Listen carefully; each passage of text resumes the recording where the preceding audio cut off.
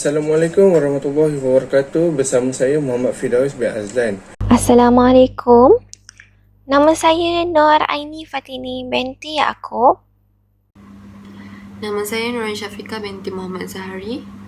Secara amnya, salah satu aspek terpenting di dalam sosial Islam adalah sistem kekeluargaan yang tidak terdapat di dalam mana-mana agama atau ajaran selain agama Islam.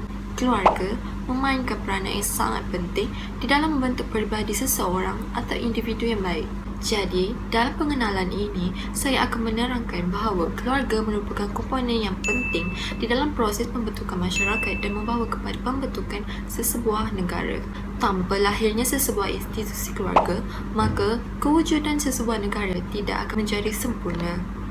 Islam memandang keluarga sebagai sebuah institusi pencorak masyarakat yang bakal dibina pada masa hadapan. Kehidupan berkeluarga dan berumah tangga tidak boleh dipisahkan dari kehidupan masyarakat secara keseluruhannya, kerana kebahagiaan manusia secara umumnya dapat diukur melalui kebahagiaan hidupan kekeluargaan. Keluarga lahir daripada satu ikatan perkahwinan antara dua individu yang kemudiannya berkembang menjadi satu institusi kekeluargaan. Islam melalui Al-Quran dan Hadis telah mengaturkan asas-asas yang kukuh dan bersistematik dalam pembentukan institusi kekeluargaan pada sebelum dan sesudah perkahwinan. Asas-asas ini terdiri daripada aspek akidah, akhlak, sosial, pendidikan dan ekonomi, spiritual dan material. Di antara objektif pembentukan keluarga ini ialah mencapai, mencorak atau membina dan melahirkan suatu umat atau masyarakat yang terbaik, cemerlang dan unggul bagi memimpin dan menguruskan segala urusan kehidupan di dunia dan mendapat tempat yang baik di akhirat. Institusi keluarga Islam adalah sistem kekeluargaan Rabbani bagi manusia di mana sistem ini sesuai dengan fitrah, ciri-ciri serta keperluan manusia dalam menjalani kehidupan seharian. Ini menunjukkan bahawa institusi kekeluargaan dalam Islam itu lahirnya daripada fitrah manusia itu sendiri yang memerlukan mereka hidup secara berpasangan. Dasar ini meliputi seluruh makhluk yang hidup dan diberikan nyawa.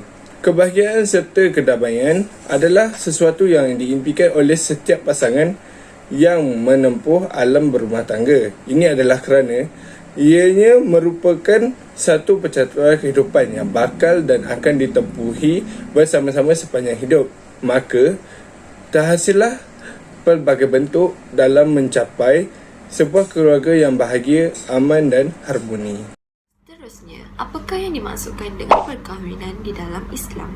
Seperti yang kita tahu, perkahwinan bermaksud satu ikatan yang sah lahir di antara dua orang ataupun individu, lelaki dan perempuan untuk hidup bersama di dalam sesebuah keluarga. Jadi, ianya merupakan salah satu tuntutan yang wajib dalam Islam. Perkahwinan atau disebut sebagai nikah dari segi bahasa adalah himpunan, pencatuman, persetubuhan dan akad. Menurut golongan Syafi'i, nikah dengan asalnya adalah akad dengan akad. Ini akan menjadi halalnya hubungan kelamin antara lelaki dan juga perempuan, dan menurut erti majazi ialah persetubuhan. Manakala menurut Imam Hanafi, nikah merupakan akad yang membolehkan persetubuhan setelah bersatunya pasangan suami isteri dalam perkahwinan tersebut. Perkahwinan adalah akad perjanjian bagi menyatukan lelaki dan perempuan dengan menghalalkan hubungan kelamin bertujuan mencapai kebahagiaan yang berkekalan mengikut garis panduan yang telah ditetapkan oleh syarak.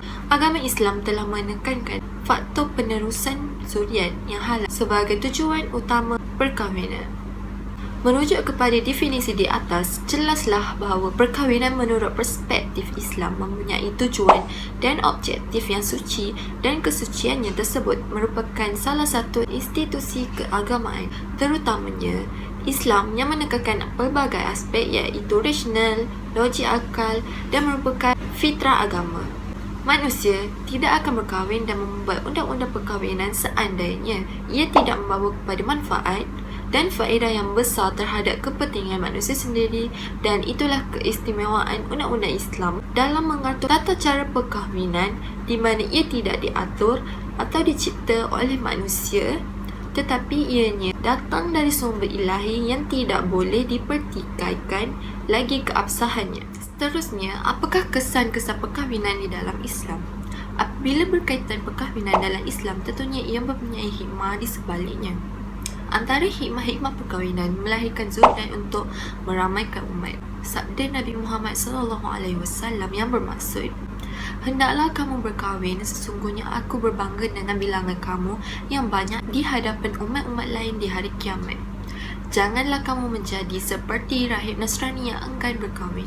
Yang kedua, mengukuhkan rasa keharmonian, ketenteraman dan rasa kasih sayang di dalam jiwa. Seseorang itu juga dapat melahirkan keturunan yang sihat, berjaya mengurangkan gangguan hati atau nafsu, dan melalui perkahwinan juga manusia dapat hidup saling mencintai antara satu sama lain. Dan akhir sekali, perkahwinan juga berupaya membina kehidupan yang aman dan damai di dalam rumah tangga. Seperti yang mana kita tahu, golongan lelaki ini adalah individu yang akan menjadi ketua keluarga dan golongan wanita akan menjadi tulang belakang kepada suami mereka, dan hubungan perkahwinan yang dihasilkan adalah bukan semata-mata untuk menghalalkan mereka untuk melakukan persetubuhan, malah ianya perkahwinan yang dilakukan adalah untuk mendidik dan mempelajari diri mereka untuk mengenali antara satu sama lain, memupuk sikap kasih sayang dan menimbulkan rasa tanggungjawab antara mereka dalam menjaga hubungan kekeluargaan mereka. Setiap pasangan yang berkahwin akan dikurniakan zuriat, dan zuriat itu merupakan pewaris bagi pasangan tersebut dan merupakan amanah yang diberikan oleh Allah Subhanahu Wa Taala, dan mereka harus menjaga amanah tersebut dan mendidik zuriat mereka untuk menjadi individu atau orang yang baik dalam mengikut perintah agama Islam. Di dalam perkahwinan, sudah tentu ada pasang surutnya. Sudah pasti ia berkait rapat dengan pembubaran sesuatu perkahwinan. Justru, terdapat dua bentuk pembubaran perkahwinan, sama ada bercerai mati dan bercerai hidup. Bercerai mati berlakunya apabila pasangannya meninggal dunia. Bercerai hidup pula berlakunya melalui lafaz talak dan fasaq. Lafaz talak ini berlaku apabila suami melafazkan talak kepada isteri dengan sebutan yang jelas untuk melepaskan atau memutuskan ikatan perkahwinan terhadap isterinya. Fasaq pula terjadi apabila suami tidak mengadakan peruntukan nafkah terhadap isterinya selama tempoh 3 bulan. Punca berlakunya pembubaran perkahwinan ini disebabkan oleh kekurangan ilmu antara pasangan, kewujudan orang ketiga di dalam perhubungan, dan campur tangan mertua terhadap perkahwinan anak menantunya. Secara ringkasnya, terdapat beberapa kesan yang melibatkan penceraian, lebih-lebih lagi yang dialami oleh anak-anak dalam aspek psikologi. Anak-anak akan menunjukkan sifat murung dan merendah diri. Hal ini kerana mereka merasakan mereka adalah punca pertengkaran yang berlaku antara ibu bapa sehingga berlakunya penceraian, dan ini akan menjadikan anak-anak kurang berkeyakinan diri, merendah diri dan antisosial. Akibat daripada hal ini, mereka akan dipupuk dengan sikap pemarah dan pembuli. Kesannya, mereka akan memendam rasa apabila dihukum dan terus dimarahi ibu atau bapa yang menjaga, sehingga mengalami tekanan emosi yang teruk sehingga membawa kepada pembentukan insaniah yang negatif.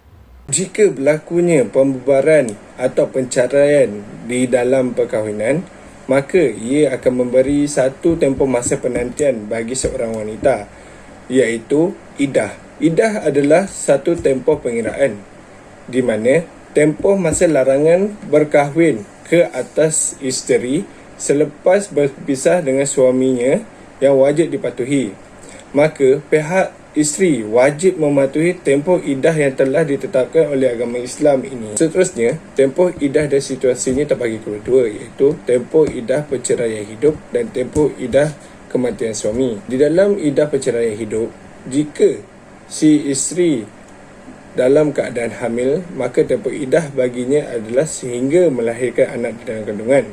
Jika si isteri tidak hamil, maka tempoh iddah baginya adalah 3 kali suci.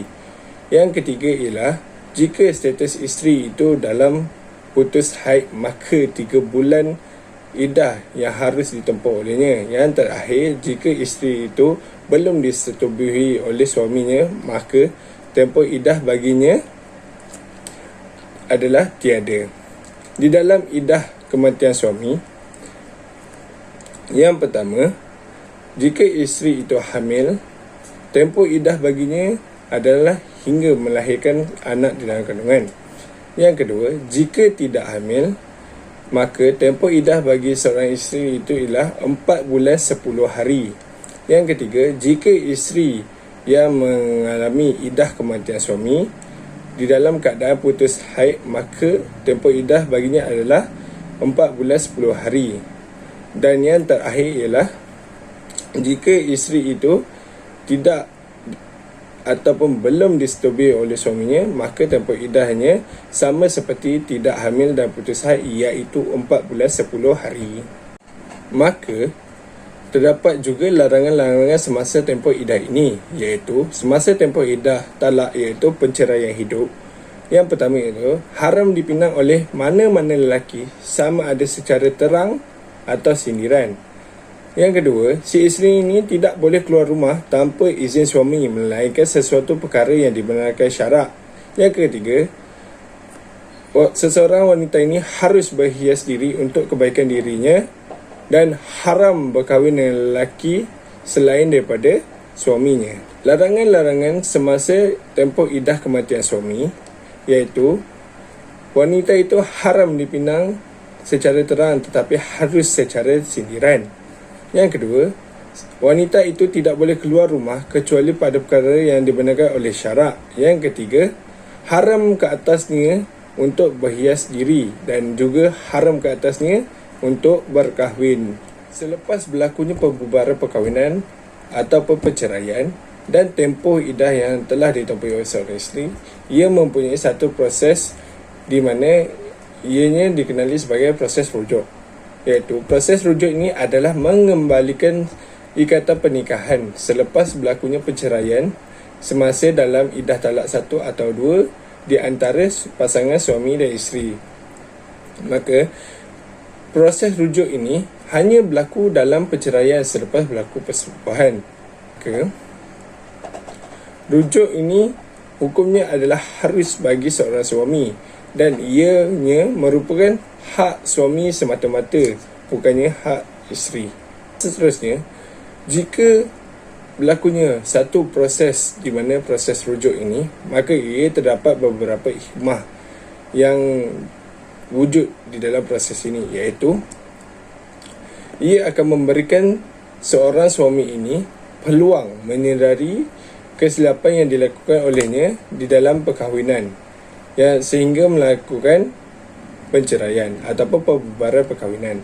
Yang kedua, hikmahnya adalah supaya si isteri ini juga menyedari kesilapannya dan memperbaikinya. Hikmah yang terakhir akan membuatkan pasangan suami dan isteri ini lebih berhati-hati dalam melakukan sesuatu tindakan yang boleh menyebabkan satu kesan yang lebih buruk ke atas perkahwinannya, dan ini akan berlakunya azam yang baru terhadap pasangan ini untuk membina kehidupan yang baru yang lebih harmoni dan bahagia. Di sini jelaslah bahawa setiap manusia akan menghadapi kepincangan sekiranya pergaulan di antara lelaki dan perempuan tidak diatur dan disusun mengikut hukum syarak.